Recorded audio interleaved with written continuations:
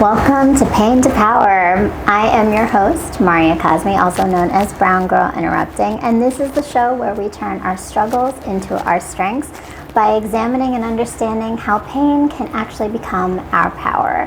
And today, as I'm thinking about healing, as I always am, I am reflecting on the fact that it is very messy at times, complex, and extremely layered. And particularly, I think for me, coming up with healing lately and recently has been recognizing that I have a lot of defenses. And those defenses come out as my barriers to protect me from the things that have harmed me. And sometimes they come out to people that don't deserve them. And when we're healing, we're examining and recognizing those patterns that have not actually been good for us. So that's my pattern. My pattern of putting up a wall because I am scared to let it down and be trustful of people. And so as I am healing, I'm constantly thinking about, what are the tools? What do I need to do differently? How do I need to examine my behavior so I'm not repeating the patterns? And that's our goal on this show, is to constantly examine and re-examine how we no longer sit in guilt and shame and grief, but we power through to find our strength in our struggles. And today, I'm super excited to have a conversation and introduce you to my guest, Juice Jones, who is the founder of Get Home Safe. He's a mental health advocate and is the producer of two podcasts, The Mental Health Monday as well as In My Shoes. You are not going to want to miss this conversation. Please make sure that you are hitting the link below and subscribing to this channel. Hit the bell and stay tuned for us as I introduce Juice Jones and we have a conversation on pain to power. Welcome, Juice. That was so clean. Great job. How are you? I am wonderful. Well, look, 4 seasons, right? But I appreciate that because every time, look, that guilt and shame also goes into imposter syndrome quite a bit. So there's a lot of things, right? There's a lot of things. We come as humans. We come fallible, and I appreciate you giving me your time today to have this conversation because I appreciate you for pulling up. And we get to be in a very different space, which hopefully all of you notice, right? Is that we are actually in Juice Jones' studio. Tell me a little bit about the space we're in. So, spacing wise, I got into content creation basically in 2017. I was encouraged by this show called Complex Blueprint. And as I saw the show, I went from like watching the show to washing dishes to the show to working out to the show. And I had to ask myself, what is this obsession with this show? Why am I blending this into different parts of my life? And then I realized, I want to make my own show that's similar to this. And I think at a certain point I realized, I have the skill sets to perform and execute everything this person's executing on their show. And I was like, all right, if you build a show, eventually you have to build a set. And when you build a set, I think it's very important that a set represents either different parts of your life or the direction that you would like to go, or the things that actually encourage you to go in the direction you would like to build into. And that's what this set is basically a translation of. I love that. And it is Get Home Safe. And here's all the space. And all of you can see there are photographs, there are beautiful images, the colors are vibrant, the space is warm, there's so much going on here. So I have invited you on this show, and you've invited me into your space to do the show today, which is great, which is awesome, which I love, and is a treat for me because I love being in person with someone. The energy is just so different, right? Same. There's just... I don't understand. Well, no, I understand how folks shoot shows where it's just camera to camera and doing interviews. But to me, I think there's a certain amount of energy that's produced when you get to sit down in person with someone, with the body language, communication, and then just being a part of their space and how important that is to like the human experience. Absolutely. But it's also great to have a video because that is how most of my shows are. And I will say that allows for a little bit more flexibility in terms of people's schedules and lives. Yeah. And I was just thinking, tomorrow might be a snow day, and luckily I've got a show, but it's not going to be canceled because I don't have to get to any studios to have my audience or, have my guests get anywhere. We get to be at home and, watching the snow from afar, so it's okay. But so the show is called Pain to Power because for me, I think it's a very intimate and personal way everyone frames what that means to them. So when you think about, for you, the idea of turning pain into power, what has that been? Not an easy journey. Honestly, this platform is built directly off pain, right? So I had a friend who I dated from about 2012 to 2017. And she was struggling with depression and anxiety since like 2006, 2007. So way before I was ever in her life. And I realized that was the first time that I dated someone who taught me about what mental health was before it was such a big talking point.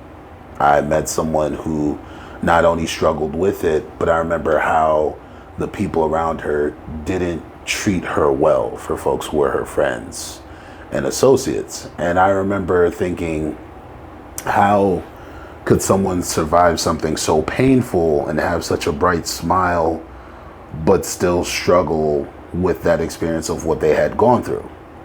And I came to learn about this as I fell in love with her. I came to learn about this as I learned to care for her. And I came to learn about this, and I learned that the more I love this person, the more I wanted better for this person, that one of my biggest fears would be I would lose this person to exactly those things that I learned about. Unfortunately, I wasn't wrong. But with that being said, there was one particular thing she said to me within the 2 years before losing her that I remember that stuck with me the most, and it was, I wonder if therapy would have made a difference in everything that I went through. And I remember the struggle of seeing her try to get help therapy-wise and never really find a good fit. And I remember thinking to myself, if therapy is a resource, whether it's expensive or inexpensive, if there would be a way to normalize Black folks within my community getting therapy and also normalize not just people of color, but how do we digest the format called therapy, and what do we know and not know about therapy that I think we should, at this point in our lives, have a general understanding of. So for you, it sounds like it's taken you to this understanding of the power of therapy. It's taken me to the understanding of the power of therapy, yes, but it's also more so highlighted how much we as a community do not understand about therapy, how much we as a community don't understand about a lot of the experiences that we've gone through ourselves and how therapy can help. And also coming to realize that there are a lot of tools that we just don't have, and when we do get those tools, that we kind of have a lack of understanding of how should those things be used for ourselves or other people around us. When it comes to creating understanding, when it comes to creating communication, and also when it comes to creating boundaries.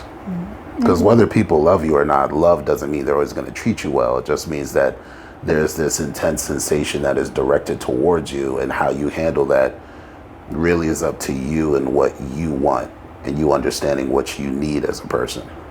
So what you're really being called to do, it sounds like, through that experience is creating the avenues and the tools for your community, right? And knowing and understanding the stigmas involved with that, to really delve into pain as a way to be curious versus to see it as a stigma. So I love that. And you coming to all of this, I imagine, didn't just happen, right, in a vacuum. So tell me a little bit about just your own childhood, like your own upbringing, and like what shaped you into who you are today. So ironically, I was actually born and raised in a hospital in East Orange, New Jersey.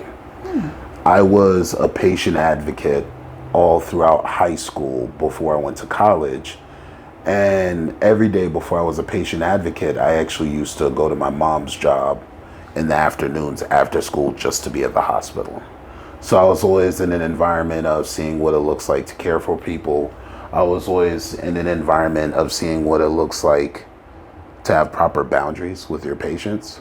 And I was always in an environment of understanding that even the people that help the community, there is a certain toll that those people take on to help the community. So you do have to be careful of how much do you put out and how do you find balance while helping people and not destroying yourself in the process. That's why I usually say things, which I think you've heard me say before. Be careful not to bleed out everywhere as you do what you need to do when it comes to helping the people around you.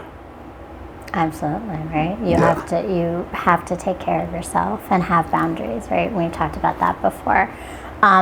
So like within that, that's a lot, as you said, for childhood, right? That's not your normal childhood. That's not maybe what most kids are seeing and facing and having to balance.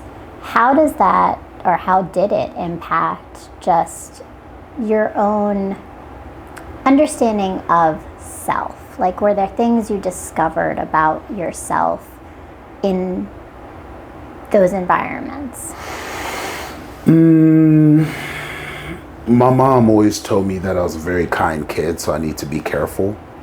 And she didn't use the word soft. She used the words, what did my mom say? He had a big heart. People take advantage of him if he's not careful. And I always thought to myself, she might not be wrong, right? Because I do have a big heart. But I think within that, I probably need to just do a better job of learning how to separate myself from things that I care about and understanding how much energy that would take. Because like, there's certain people who they can't just leave work at work and they take it home with them. And that takes practice, learning how to leave work at work instead of taking it home. I think that was something that I understood earlier. Like for my mom, she worked multiple jobs. So like, you know, Lord bless her heart, she wasn't good at just leaving work at work. So whatever happened at work, it would take it home. But then I also don't know if she really had or wanted an outlet of people to talk to about it. So you would hear about the thing and you'd see the frustration about the thing. But I think I always wondered, when do you come to a point that you let go of the thing? And I was like, all right, that may be something I need to be careful to not develop in my own life as I grow up, doing whatever work I end up doing at a certain point. And this is well before knowing that this would be the platform that I'd be creating, self-wise. So that's interesting, because the platform you've created is the work of holding many things and holding much of this, and for like much of mental health, obviously, right? And people's challenges and not baggage, I would say, but what, like their heaviness, right, of their lives, their heavy realities. So how have you learned to balance that? So because I'm the producer of all things Get Home Safe, Mental Health Monday, and In My Shoes, and I'm the editor, and I also come up with the questions for the most part outside of Jordan. We're starting to like get better at balancing who does what and how we like create the platform. I think the art of letting go, as I said before, is the most important part. So no matter how hard you work, I think when you're in the middle of the hard work, it's very important to ask yourself, are we answering the questions that we're looking to answer? And then also, have we done a good job within the sit downs that we've curated? The spaces and the conversations are looking back at what's missing. And I think correcting those things and making sure to do that the next time that you get a chance to do that is the best way to close the door behind that experience and find balance. And okay, what do I need to do for myself? Like, do I need to take hot baths? Do I need to take hot showers? Do I need to yoga? How much food am I eating? How does the food make me feel that I eat? Outside of just food, what do I do for fun? What does joy look like for me? Do I understand that like my form of joy may not be the same form of joy for everybody else, and understanding that the reason that I do these things is so I'm able to pour back into the work whenever I come back around to doing the work, and how important that is.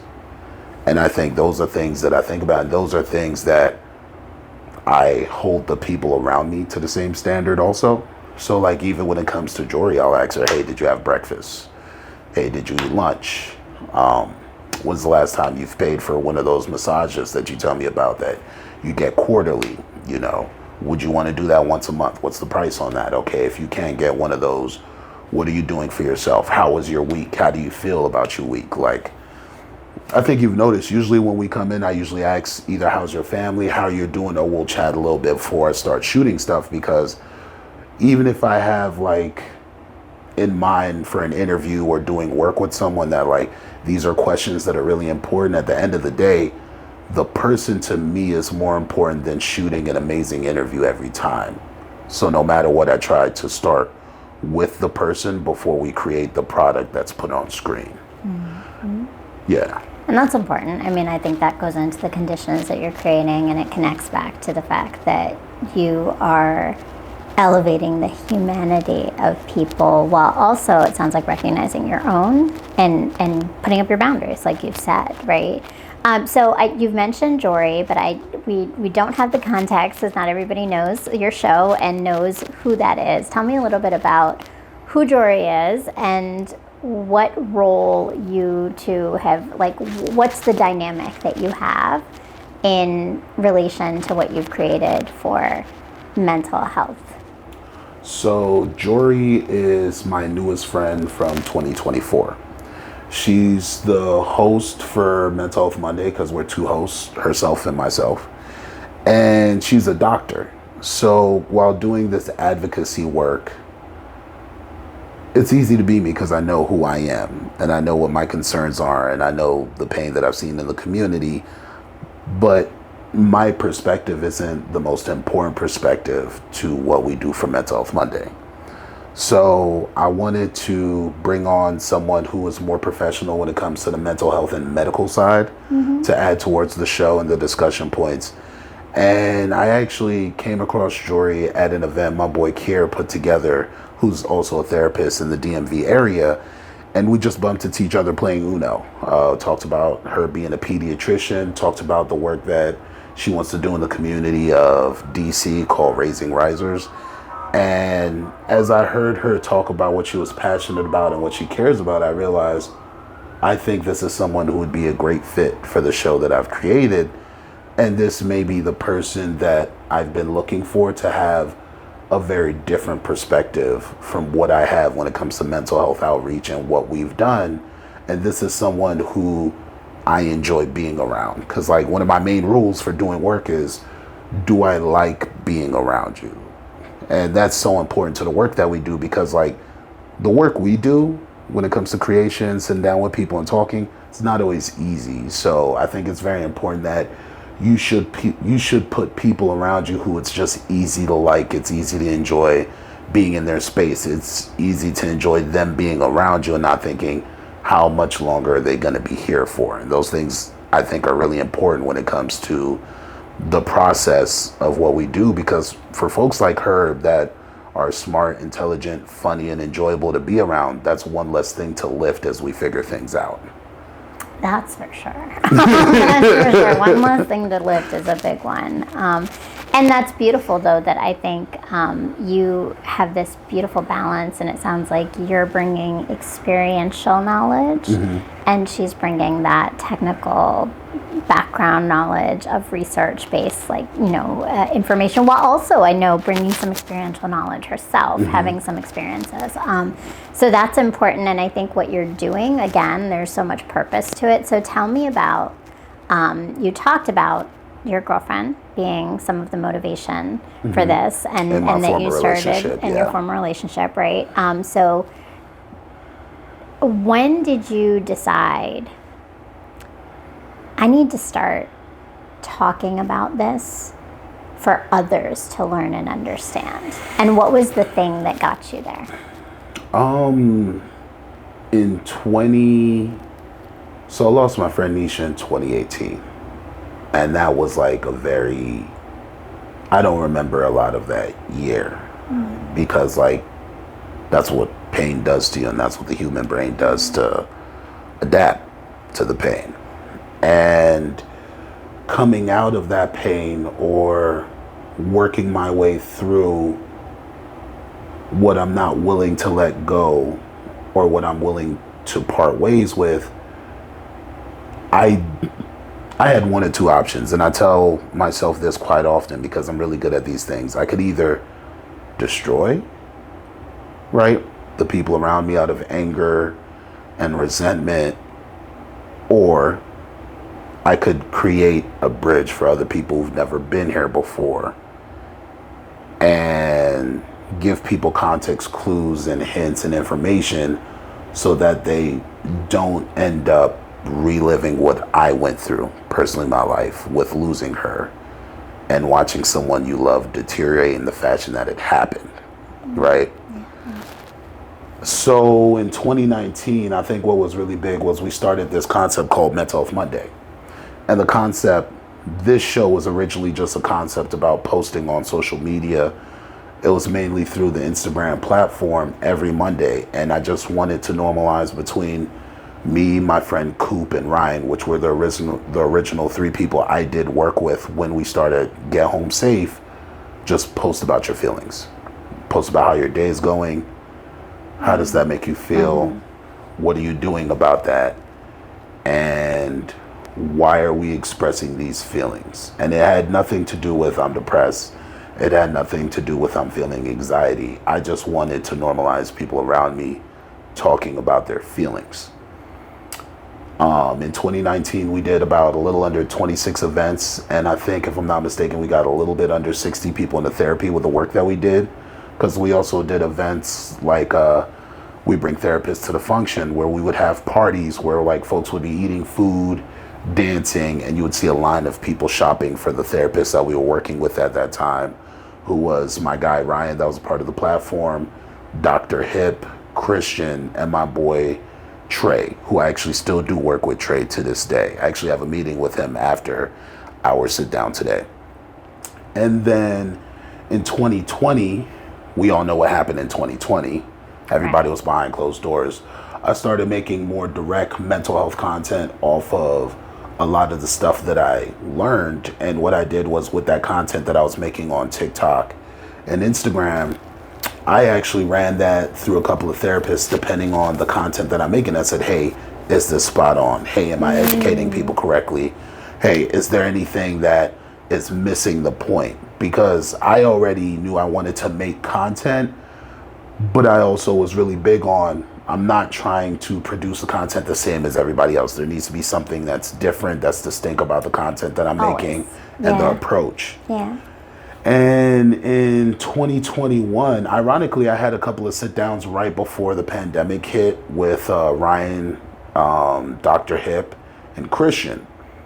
But what was lacking from that was funds to consistently shoot content, the knowledge of me editing content versus my boy Brooke from Makina Media, who does an amazing job, but you still got to keep within your budget when you make the content. And I realized the most important thing going into 2021 was, how do I shoot content consistently?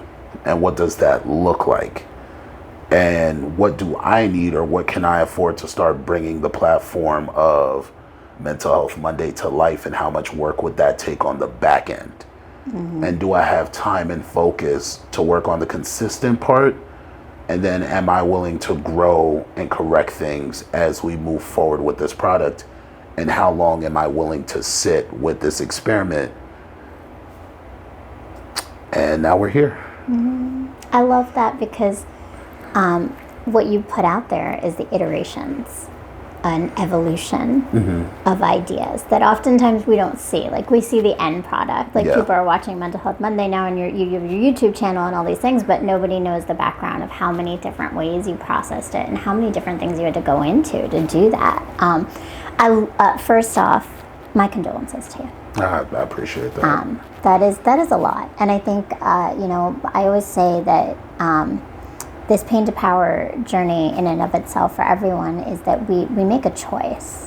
We do, right? And you said that, we can make a choice to sit in the pain or to find our power within it. And some people then take it the next level, and how do I now use this knowledge to help others?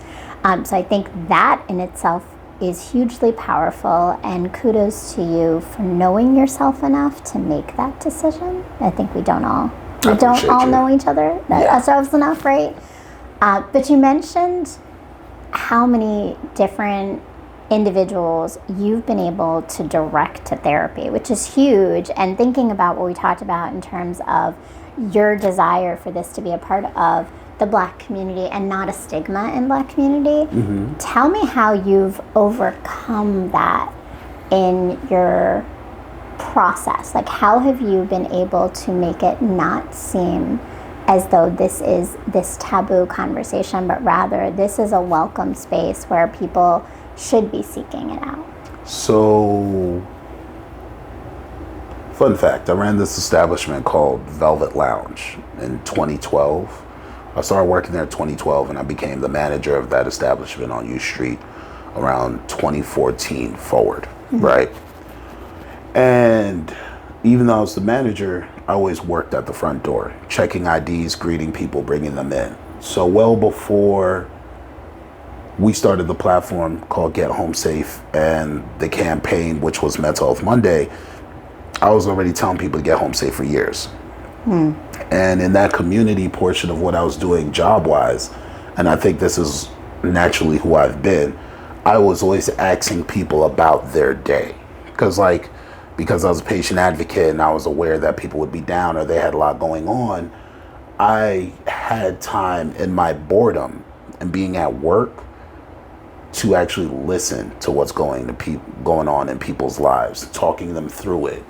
I had years of people asking me for advice or asking me for their point of view on like a relationship situation, whether it was with a friendship or someone that they were dating or a parent. And I think normalizing those conversations, I started to already see a change in the people who were attending my establishment for all the years that I worked there. And in building that relationship, once I got to the pivot point of the work that we were doing with Get Home Safe and Mental Health Monday, because I had laid the groundwork for caring about people, I laid the groundwork for creating space for conversation and vulnerability. What you saw is there are people who are willing to do sit downs with me simply off of the work that I did back then of caring about them, their day, and their friends, and also passing my content around and coming to me for years now and saying, hey, I have this friend who needs help. Would you be able to help them? Or you may not be the main person for them to go to mental health wise, but do you know anyone that can help them? Here's the situation. Here's what we've seen. How do we need to move when it comes to either a mental health emergency or just a situation that this could become a mental health emergency? And that groundwork well before the platform started, I think, is what has led to a lot of the success of what we've done so far in the mental health space. Because as a person, people judge you for your actions and not your words. So even if you say, hey, I'm this thing, it's like, okay, what are the words to back that up? Are they studying? Are they taking tests? Are they positioning themselves when the thing happens, emergency-wise? Are they running towards the emergency or away from the emergency? When it comes to them being about that life, as folks would say, are they really about that life, or does it just sound nice in conversation, but when the moment actually comes up, they're nowhere to be found?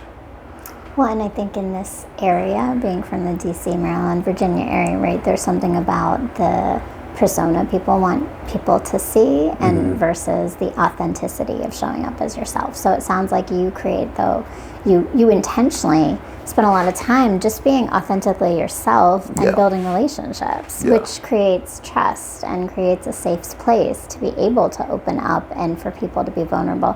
And I imagine you were vulnerable, open too, right? Like that modeling of vulnerability is so key in building authentic relationships. So I love that. And as you have approached this now, how do you choose your topics of what's important to focus on? Well, when it comes to topics, I think you have to look at what's around you. I think that's something that's very important. So when we started the platform, the original goal was suicidal ideation, depression, anxiety, right? And I think for the first year or so of that topic and that focus, it was the story side of what people are going through. What's the most important thing? And I think I still keep that in mind as the focus, but now moving the lens just from the person's story, because I would like for people to have more help or more understanding, more access to resources, I've brought in the professionals. So the therapists, the doctors, the folks who treat those people with conversation therapy. I've brought in folks who do yoga and wellness spaces. What's a different outlet that people are experiencing, and what relevance does yoga have to mental health? Another question I think is really important that we're slowly starting to answer is, how do you implement the things from a meditation class or a yoga class in the middle of like either a bout with depression or a manager going off on you? What does it look like implementing using the tools and the modalities that they've given you in the class in real life? I think that's a much broader discussion that needs to be spoken on, because most people are like, well, I go to yoga and now I'm more calm in life. Yeah. Not everybody gets that calm. I hear what you're saying. Sometimes you're only calm in yoga, and then like you don't take. How do you take it home with you, right? How do you actually make it a practice? How do you transition and it? Internalize it? Yeah. And then on top of that, how do you explain that to the ordinary person that has never had access to that calm and doesn't know what to do with it once they finally get it? And those conversations and those examples, I think that rewire people's brains to say, "Oh wow, that is a great point. Ooh, I've never thought of that way," or maybe I can become that person with more practice. So the main 4 subjects that we touch on now are ADHD, anxiety, depression, suicidal ideation. But where the platform is starting to transition into, and I think this is really important for our age group and the age groups before my age and after my age, are dementia and Alzheimer's. Because a lot of us have people that we care about that are getting older. And what I'm seeing is there's a lot of adults who are taking care of these other adults that are in these positions now. And they're realizing taking care of this person that I promised to take care of and who I love with all my heart is becoming and going to be way harder than it is. Because when it comes to dealing with adults with Alzheimer's and dementia, which are 2 separate things, you're now dealing with childcare for adults. And that adult is also no longer, in certain cases, able to remember who you are. And then there's the other disease that it starts showing up physically. So like the adult forgets how to eat, they forget how to swallow, they forget how to breathe sometimes. And the fear and anxiety that comes with the people who are the caretakers in these situations that didn't realize how much more work this takes in order to do this correctly. And then how much of a life you no longer have in this focus of trying to take care of your loved one. Yeah, I mean, there's a lot of layers to that. I think it's a new chapter of life for many people, and I think having the tools for that is big, because there's I know there's this idea of secondary trauma. It's almost like not trauma, but it is a secondary pain, right? There's this pain from watching and experiencing someone else in pain, right? Yeah. And what you have to do with that.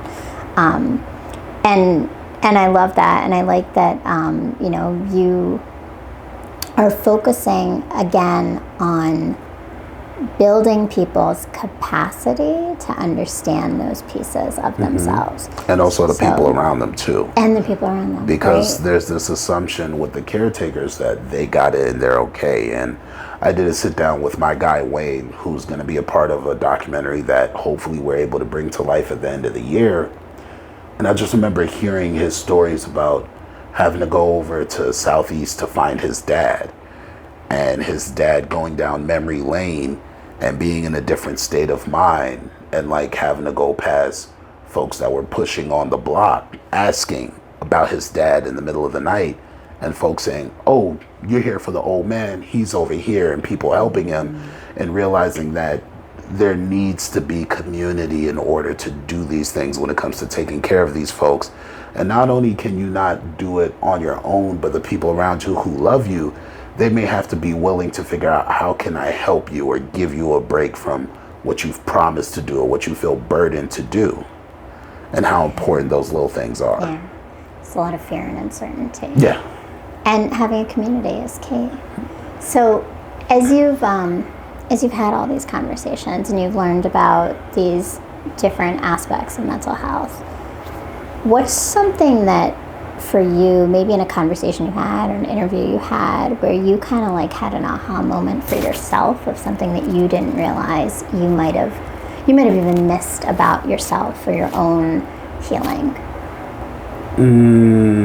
I'm not healed. I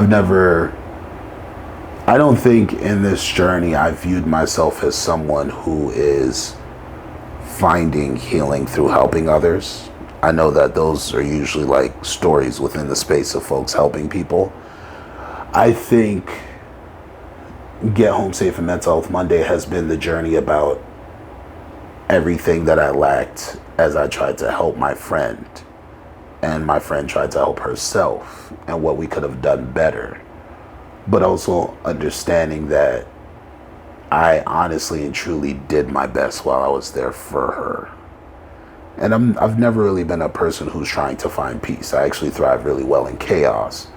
But you do need peaceful moments, privately and publicly. So I've gotten better at figuring out what that looks like for me and how I should feel about having that. Because there is a certain amount of survivor's guilt that comes with coming out of that situation and understanding the person who was your person is no longer here, and figuring out, well, what should life look like for someone like me that's loved so hard, and do I deserve and want to love again because it was that hard?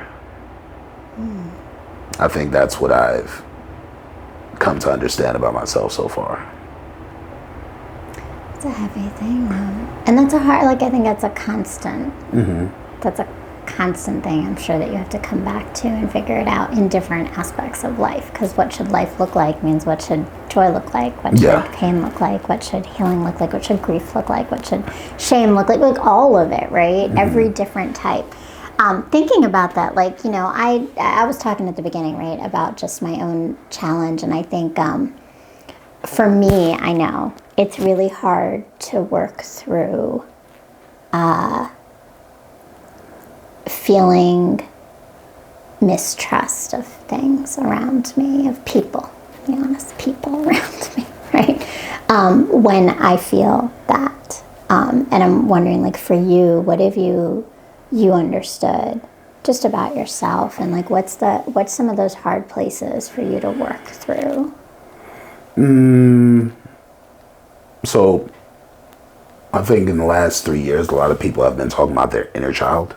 And like, hey, are you taking care of your inner child? What does your inner child look like? And I think my inner child has been very obsessive with what it's lost through life, whether it comes to like tryout opportunities from like having a stressed Achilles, or folks who had promised to support me and didn't really support me fully in the way that I needed support when it came to the things that I wanted and not the things they thought I should go after.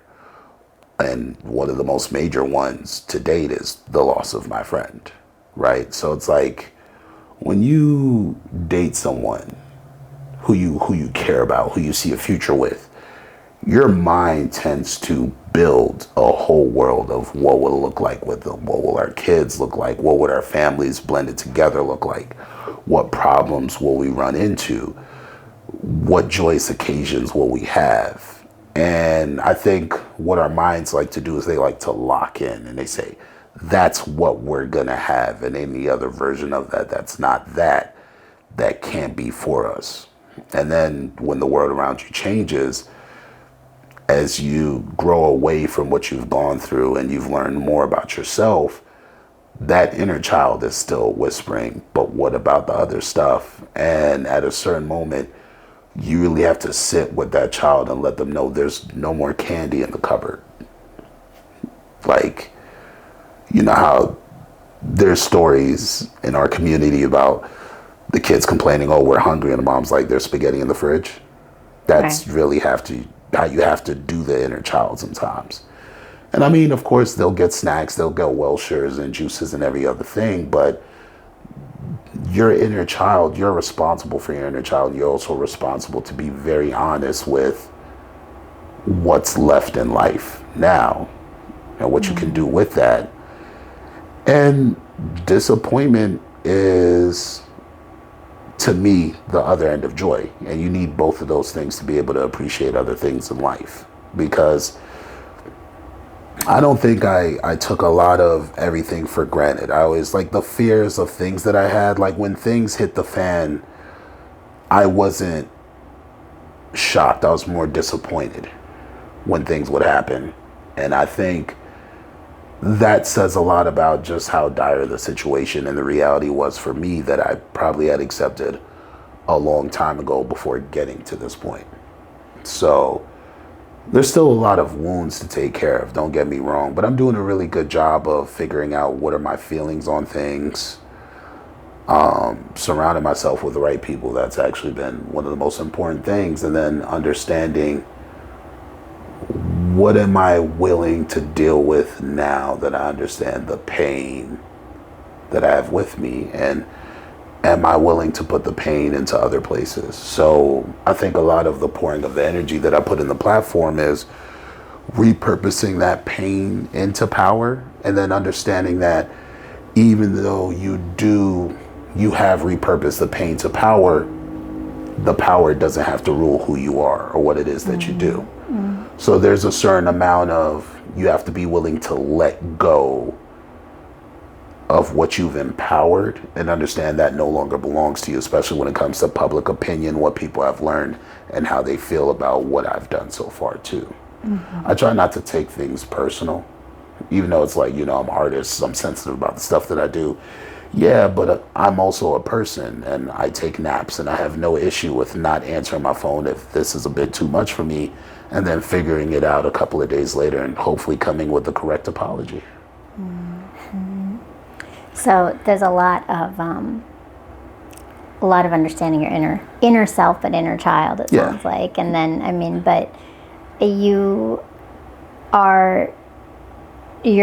sounds like you found a balance of being practical and real with yourself, right? But also allowing yourself to have those feelings and that experience, which is so important to humanity.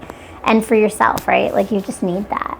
Everybody needs that. We need to be honest with ourselves. And that's not always comfortable. And I think, like, what you said about the inner child, I was thinking about that. Like, it's a misnomer, right? It's not that you're telling your inner child that everything's gonna be perfect. It's rather just being the support system that maybe they needed at that time that didn't have, right? You still might be disappointed, but you're not alone in that disappointment. You're not by yourself, right? And I think that's the key, right? With this whole idea of being that person for your inner child, of talking to them as though it's you, and it is you, right? It's a part of you. It's a piece of you that you're processing, that you're helping and you're supporting.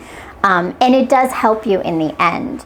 So, this show really is, for me, and we each have our different shows, right? For me, it is about my viewers and audience walking away with tools to help themselves. So if you think about just what are 2 lessons and learnings that you have taken away from conversations on your show or just your own lived experiences that you can share with the audience for them to move through those moments where we have to make that choice? I'd say one, which I don't know if you've ever heard this before, but I feel like it's gotten popular in the last couple of years, is anxiety is looking too far into the future, and depression is the inability to stop looking behind you.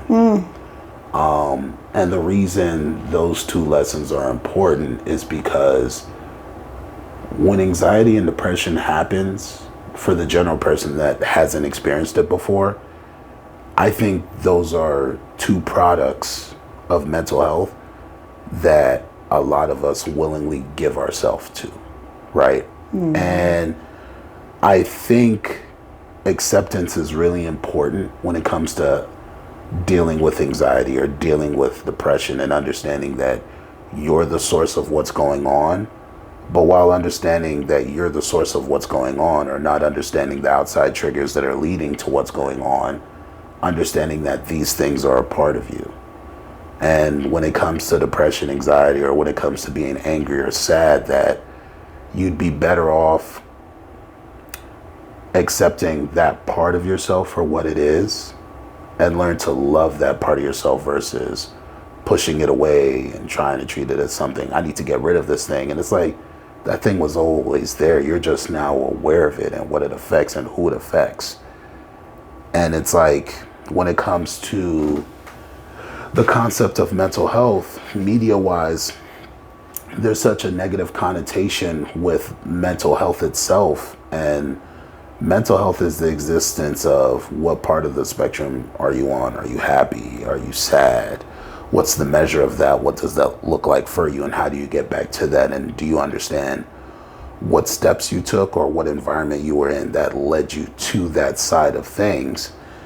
And what are you willing to do or surround yourself with to get you back to where you were before? And what's the price that may need to be paid for that happiness that you're seeking again? And do you really understand the amount of work that that's going to take for you? Because, like, unfortunately, none of this is easy. I wish it was easy. I wish it was fun.